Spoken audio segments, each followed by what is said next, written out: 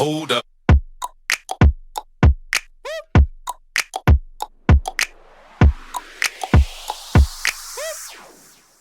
Stop! Avant que la vidéo commence, je tiens à te dire quelque chose. Alors, qu'est-ce que tu penses de mes petites décorations? Tu vois, celles que j'ai mis par-ci par-là, genre des livres Dragon Ball, une figurine Dragon Ball, des LED, tu vois, derrière, là, ça fait stylé, non? Bon, c'est sûr que je peux pas changer de studio ou avoir le même budget que Théodore, tu vois, il a changé de studio il y a pas longtemps, là, au Lout. Bah, son truc, il est génial, quoi, tu vois. Bon, j'ai pas le budget là, mais je fais avec ce que j'ai et je peux faire de très belles choses déjà. Donc j'espère que cette vidéo va te plaire grâce à tout cela. Enfin bref, assez causé, on va commencer la vidéo. C'est parti! Yo tout le monde, c'est le Coin du Sportif, j'espère que vous êtes en forme. Aujourd'hui, je teste un nouveau concept où on va faire des vidéos où on va parler de célébrités, de gens qui ont marqué l'histoire, que ce soit dans le cinéma, dans le sport, dans le monde entier, tu vois. Des gens qui ont un talent, une motivation exceptionnelle. Donc, dans cette capsule vidéo, nous allons voir la vie exceptionnelle et pleine d'aventures de Sylvester Stallone. Déjà, ce que je peux te prévenir, c'est que sa vie n'a pas toujours été facile. Sylvester Stallone est né le 6 juillet 1946 dans un quartier un peu chaud des États-Unis, un quartier italien qui s'appelait le Hell Kitchen, donc la cuisine du diable. Fréquenté et habité par des gangs, donc autant dire que ce quartier était l'un des plus chauds de tout New York. Au fil des années, Sylvester grandit et commence à faire quelques films, mais rien de super extraordinaire vu qu'il a des mini-rôles dans certains films, tu vois.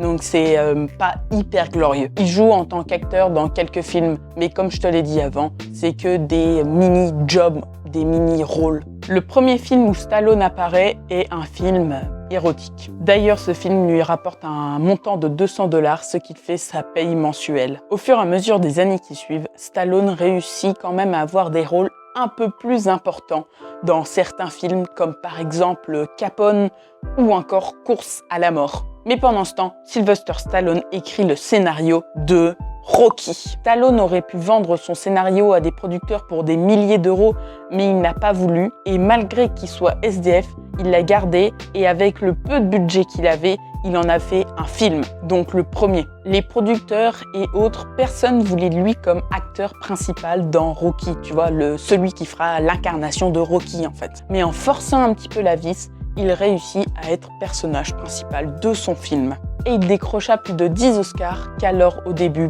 personne ne croyait en lui. Et le savais-tu que Rocky, donc le scénario, fut nommé le 3e meilleur scénario du monde après Charlie Chaplin et Orson Welles. Donc pas mal, hein. Le film et ceux qui suivirent participèrent au rêve américain. Et je dis ceux qui suivirent parce qu'il n'y en a pas que un, mais 7 de Rocky. Et si tu me dis qu'il n'y en a que 5, c'est faux parce que tu oublies les Creed avec. Car ils en font partie. Et je pense qu'on peut les compter parce que c'est aussi Sylvester Stallone qui les a écrits. À la fin des années 70, Stallone écrit un nouveau film, un nouveau scénario et le réalise de drame sportif qui s'appelle Taverne de l'Enfer. Mais malheureusement, la gloire ne peut pas durer et ce film a eu de très mauvaises critiques et n'a pas marché. Peu de temps après le succès de Rocky, Stallone interprétera le deuxième plus grand rôle de sa carrière, j'ai nommé Rambo, et ceci en 1982. Donc Rambo, c'est l'histoire d'un homme qui est sans domicile fixe et qui est chassé de sa ville. Stallone considère que Rambo, c'est son côté sombre et que Rocky, c'est son côté clair. Pendant les années 1980-1990, l'Amérique cherche à se démarquer des autres pays par la propagande, en quelque sorte. Ce qui a très bien marché avec Rocky pendant la guerre froide et se renouvelle avec Rambo pour montrer une image forte et puissante de l'Amérique. Par la suite, les autres pays aussi essayent de se démarquer de cette énorme puissance américaine et ils n'ont rien trouvé de mieux que se moquer d'eux, comme par exemple en France, où ils ont créé une marionnette de Stallone dans les Guignols de l'info.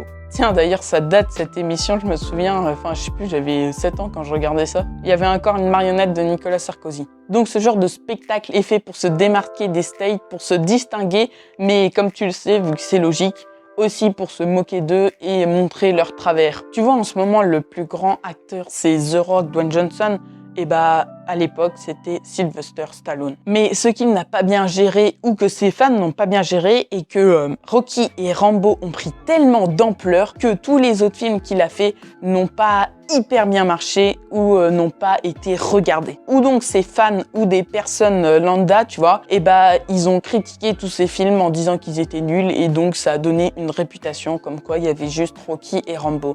Alors que c'est totalement faux. C'est juste que ces deux films, ces deux grandes sagas ont pris trop d'ampleur en fait, trop de popularité. Et tu sais que Stallone n'a pas fait aussi que des films d'aventure ou d'action, mais aussi des films de comédie musicale par exemple. Enfin, des films, non, juste des comédies musicales on appelle ça. Comme le thriller policier avec Le Faucon de la Nuit et d'autres films comme des films de guerre, mais bon, ça se rapproche un peu de Rambo. Mais bon, je pense que s'il fallait dire et noter tous les films que Stallone a fait, je pense qu'on en aurait pour la nuit. Donc, après cette décennie des années 80, passons maintenant aux années 90. Donc durant cette période-là, durant ces années, ça n'a pas été les meilleurs de Stallone. D'ailleurs, ça a été un gros échec. Pourquoi me diras-tu? Parce qu'après avoir vu que le cinéma d'action marchait plutôt extrêmement bien, eh bien plusieurs acteurs se sont révélés, comme Steven Seagal, Jean-Claude Van Damme ou Bruce Willis. Donc Stallone se perd un petit peu là-dedans et tu vois, il commence un peu à s'adapter, donc à faire d'autres films, pas d'action quoi, tu vois, comme tout à l'heure, comme je te l'ai dit. Il se diversifie quoi. Il fait comme le célèbre Arnold Schwarzenegger. Et aussi bodybuilder d'ailleurs. Et aussi gouvernement d'État au Texas. Donc il commence à faire, là je te parle de Sylvester Stallone, des comédies comme L'Embrouille ou La main dans le sac, enfin je sais plus comment ils s'appellent les deux films là, mais il me semble que c'est ça. Il est un petit peu oublié des scènes de cinéma, tu vois, des écrans de cinéma. Et donc ça fait pas de lui que sa popularité baisse, hein, parce que c'est quand même une énorme superstar de la planète. Et c'est pas tous les acteurs qui sont comme ça, tu vois. Et donc tu vois, vu que Stallone, il remarque lui qu'il n'est plus sur les écrans de cinéma ou le devant de la scène, et bah il va recommencer à reprendre le cinéma d'action. Comme les films Cliffhanger, mais il y a encore quelques films et scénarios qui passent à la trappe, comme par exemple Assassin, Judge Dredd ou Daylight. Et excusez-moi pour mon accent anglais. Mais bon, on peut pas être parfait partout non plus, sinon la vie serait trop facile. Mais c'est déjà très rassurant de voir que Stallone peut se relever même durant les étapes là de sa vie, quoi, tu vois. Un film où Sylvester Stallone a bien pris du poids, c'est Copland. Et d'ailleurs, il a été bien critiqué par ça. Enfin, je dis son film, non, c'est pas son film, c'est le film de James, je sais pas quoi. Mais en tout cas, oui, il avait bien pris du poids et il a été très critiqué, bah du coup, tu sais pourquoi. Et d'ailleurs, c'était l'un de ses films, enfin les films où Stallone a joué les plus critiqués. Bah après, perso, j'aurais critiqué aussi. Maintenant, nous entrons dans les années 2000 et Stallone a dépassé la barre des 50 ans. Et on ne va pas trop célébrer ça tout de suite parce que durant 2000 et 2004, ça a été un merveilleux désastre. Sylvester a fait 2 nouveaux films, Driven et Firsker, enfin je sais plus comment on dit ça. Ah oui, c'est bon, Jeff Carter. Mais ces 2 films ont été les 2 plus grosses gaffes qu'il ait pu faire dans sa vie. 2 énormes échecs. Après cela, Stallone n'avait plus d'idées de scénario et les producteurs ne voulaient plus de lui à cause de ces 2 énormes boulettes qu'il a fait. Boulettes, ça existe encore ce mot? Enfin bref, et oui, c'est triste. Pauvre Stallone. Donc il apparaît par-ci par-là dans 2-3 films, dans des émissions de télé-réalité, dans des émissions de boxe. Enfin bref, il frôle la mort de sa carrière et de sa notoriété. Mais bon, on parle quand même de Stallone, hein. Stallone. Donc l'acteur le mieux payé à cette époque, le plus célèbre et certainement le meilleur quasiment de tous les temps. Il est comparable avec, je sais pas moi... Mais non, il n'y a pas de comparable avec lui. C'est Stallone, quoi, il va se remettre. Et puis, je pense pas que c'est la chose la plus dure qu'il ait faite de sa vie. Hein. Quand on a vu ses débuts, comment il a fait, il a dû convaincre des producteurs et tout pour pouvoir faire son film et ne pas avoir un autre personnage principal que lui. Donc franchement, ça, c'est quasiment du gâteau. Mais bon, après avoir convaincu pendant des années des producteurs, il revient enfin sur le devant de la scène. Stallone réapparaît sur le devant de la scène et redevient célèbre et prestigieux comme il était avant. Et devine quel film Stallone refait? Eh bien oui, un Rambo. Et du coup, il fait un 4e film qui se nomme tout simplement John Rambo donc son prénom et son nom dans ce film, pour ceux qui n'auraient pas compris. L'histoire de ce film raconte et dénonce surtout le génocide de Karen. Enfin, le génocide du peuple Karen. On dirait que Stallone est nostalgique à refaire ses films. Stallone refait son retour dans le cinéma vers les années 2000 dans des films assez célèbres avec des nouveaux acteurs comme Jean-Claude Van Damme et d'autres que j'ai encore oublié leur prénom. Attendez, je vais vous redire, ça me revient pas. Ah oui, Scott Adkins et Chuck Norris. Si c'est bien ça. Si je prononce mal, eh ben, m'en voulez pas. Quelques années se passent et la gloire de Stallone revient. Que des bonnes nouvelles pour l'instant. Donc il revient dans le cinéma et refait surface avec les films d'action comme par exemple Évasion avec Arnold Schwarzenegger. D'ailleurs, c'est l'un de mes films préférés avec Arnold Schwarzenegger plus Sylvester Stallone dedans. Et donc après avoir fait quelques films extraordinairement bien pendant les années 2010-2012, il se dit « Tiens, si on refaisait la saga Rocky Balboa ?» Eh ben on y est presque. Car en 2014, Stallone fait le premier Creed. Faut vraiment que j'arrête avec mes intonations débiles. Tiens, pour ceux qui n'auraient pas vu les Creed, ils sont dispo sur Prime, Netflix, enfin je sais plus, et puis même on s'en fiche. Et c'est l'histoire d'un... Et promis, je te spoil pas, hein, c'est l'histoire du fils d'Apollo Creed qui fait des combats. Un peu comme Rocky, mais avec pas Rocky. Avec le fils d'Apollo Creed qui s'appelle Dennis Creed. Ou Adonis, si tu préfères. Ou encore, on l'appelle Denis. Enfin, Denis, Adonis. Ouais, je m'emporte encore. Et donc Stallone interprète le rôle de Rocky, enfin logique quoi, et il est comme une vieille personne retraitée qui entraîne Adonis Creed. Et grâce à ce film, Sylvester Stallone il gagne le meilleur second rôle de l'année et obtient le Golden Globe. Voilà qui est mieux que les années 2000 où il a fait les plus grosses gaffes de sa vie. Nous allons faire un petit saut dans le temps de 2014 à 2018 pour parler de Évasion 2. D'ailleurs, je savais même pas que ce film il existait. Hein. Dès que la vidéo est terminée, je te jure que je veux aller le voir.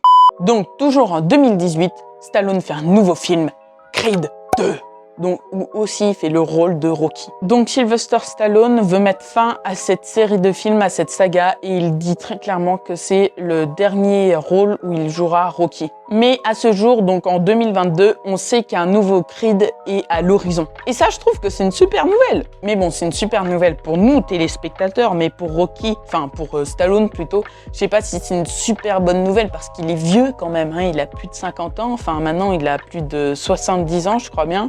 Et donc ça commence à faire un peu vieux pour tourner des films, le stress, machin, le déplacement, tout ça. Autant qu'il reste chez lui bien au chaud comme une belle vie de milliardaire. Mais bon. Si c'est son kiff, il fait ce qu'il veut et nous, on est contents.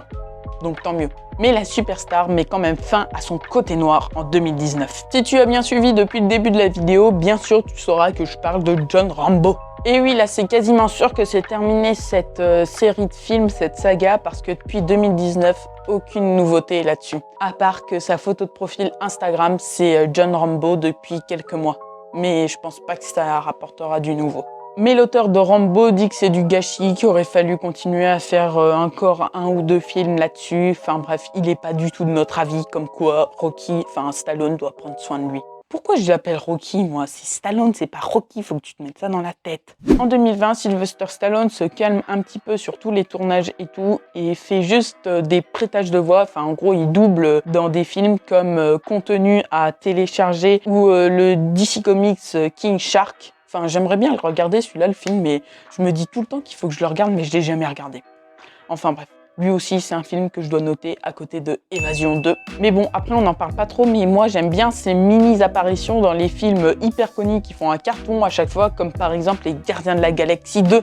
On le voit sur scène, enfin, je sais plus où, dans une autre planète, la planète de Yondu, là, où il y a des femmes robots, enfin je sais pas quoi. Et sinon, Sylvester Stallone a d'autres projets pour cette année et pour l'année prochaine et pour l'année d'après et ainsi de suite. Comme par exemple le film qui s'appelle Samaritain. Samaritain, si tu veux, je te fais l'histoire pour pas te spoil ou je sais pas quoi. Parce que à chaque fois je te spoil entre guillemets, et bah rends-toi à 30 secondes plus loin dans la vidéo. Et donc Samaritain, c'est l'histoire d'un marin, du coup, enfin un pêcheur plutôt, qui a des super pouvoirs et qui se confie, d'après ce que j'ai vu de la bande-annonce, hein, parce qu'il y a juste la bande-annonce qui est sortie, qui se confie à un petit garçon de 9-10 ans, ou une petite fille, je sais plus. Et donc voilà, il a des super pouvoirs et puis il sauve le petit garçon et la petite fille, me semble, de je sais plus quoi. Et c'est là où il découvre qu'il a des super pouvoirs. Le petit garçon, la petite fille, découvre qu'il a des super pouvoirs. Voilà. Enfin voilà, je pense qu'on est à la fin de la vidéo. On peut applaudir Sylvester Stallone pour sa vie, son œuvre, sa légende. J'espère que cette immense et longue vidéo t'aura plu. Si t'es encore là, alors commente fan de Stallone dans les commentaires. N'hésite surtout pas à t'abonner parce que 53% des personnes qui me suivent ne sont même pas abonnées. Donc vraiment, n'hésite pas à me follow. Tu vois, c'est qu'un petit bouton rouge, il y a rien, tu payes pas, tu fais rien. L'autre jour, il y a quelqu'un qui croyait qu'il fallait payer pour s'abonner. La personne se reconnaîtra. Et bien sûr, pour cette magnifique vidéo, lâche ton plus gros like. Et puis aussi, tu peux partager en m'identifiant dans une story Insta ou le partager à un ami qui a besoin de faire du sport. Bref, c'était le coin du sportif. Ciao! Oh, faut que je marche, j'ai trop mal au dos. Oh. Ouais, là.